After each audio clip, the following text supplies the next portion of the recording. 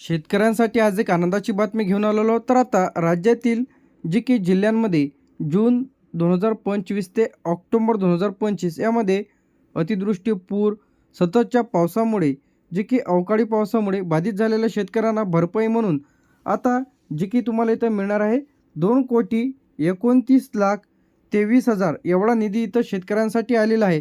तर हा जो निधी आहे ते वाटपसुद्धा सुरू झालेला आहे. नवीनच हा जो काही जी.आर. इथं आलेला आहे.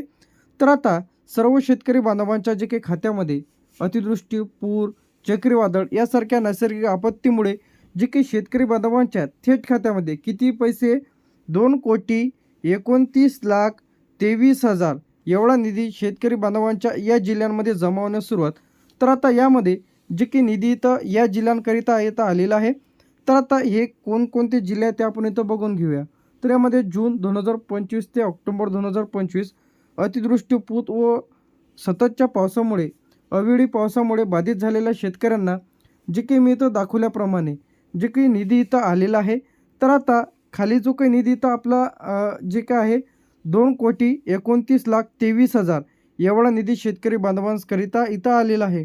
त्यानंतर हा जो निधी आहे किती आहे, हा 482,10,69,000 एवढा निधी इथं आलेला आहे.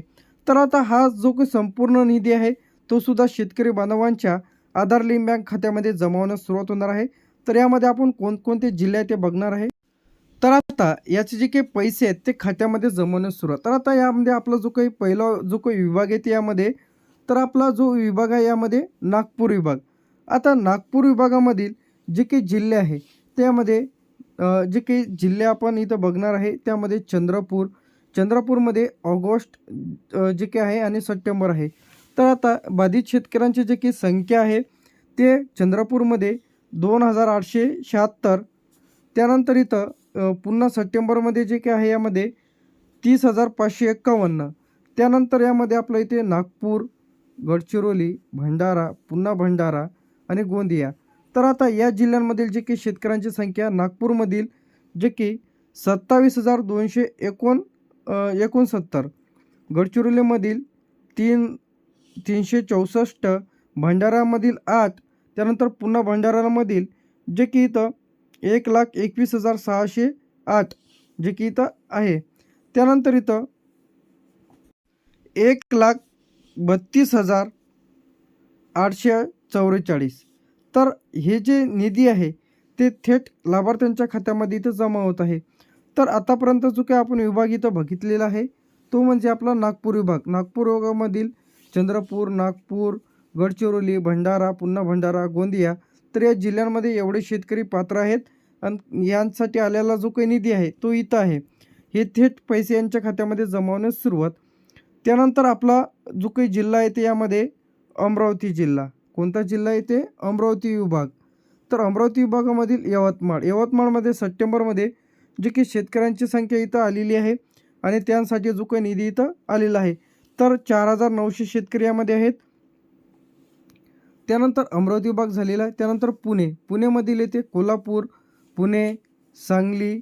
तर या जिल्ह्यांमधील कोल्हापूरमधील 5,283 शेतकरी आहेत. पुणेमध्ये जे की 19,068 आहे.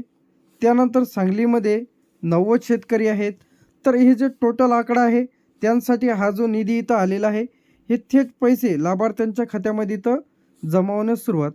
त्यानंतर आपला जो काही चौथा जो काही विभाग आहे त्यामध्ये चौथा विभाग आपला येथे कोकण विभाग. कोणता येते कोकण. यामध्ये ठाणे, पालघर, रायगड, रत्नागिरी, सिंधुदुर्ग तर हे जिल्हे आहे आणि जे काही डेट आहे ते सारखीच आहे ऑक्टोबर 2025.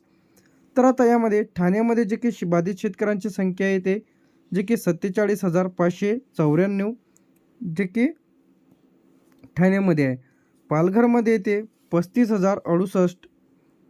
रायगडमध्ये जे येते जे की 42,992. त्यानंतर इथे रत्नागिरी 20,811. सिंधुदुर्गमध्ये येते 18,371 आणि त्यासाठी आलेला हा जो काही निधी आहे तर हा जो निधी आहे हे थेट लाभार्थ्यांच्या खात्यामध्ये पैसे तर पाठवले जाते. तर आता सर्व शेतकरी बांधवांच्या खात्यामध्ये याचे जे काही पैसे आहेत ते जमा होण्यास सुरुवात.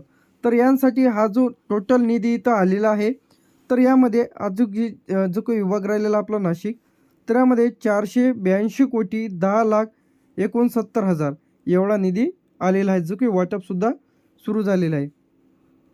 नाशिक, धुळे, नंदुरबार, जळगाव, अहिल्यानगर. तर आता या जिल्ह्यातील शेतकरी बांधवांच्या खात्यामध्ये नाशिकमधील जे की 81,246, धुळेमधील 1,07,700 जे की 99, त्यानंतर इथं नंदुरबारमध्ये येते आपलं 48,721, जळगावमध्ये 86,605, त्यानंतर अहिल्यानगरमध्ये येते आपलं 29,256.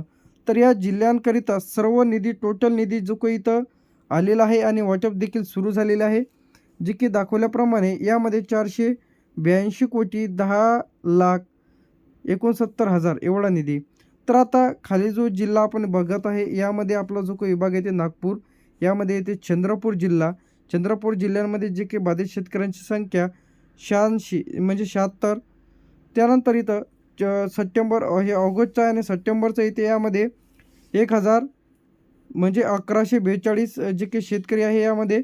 तर जे काही शेतकरी बांधवांच्या थेट खात्यामध्ये पैसे जमा होण्यास सुरुवात झालेली आहे. आता तुमच्या खात्यामध्ये व तुमच्या जिल्ह्यात पैसे जमा झाले की नाही लगेच चेक करा.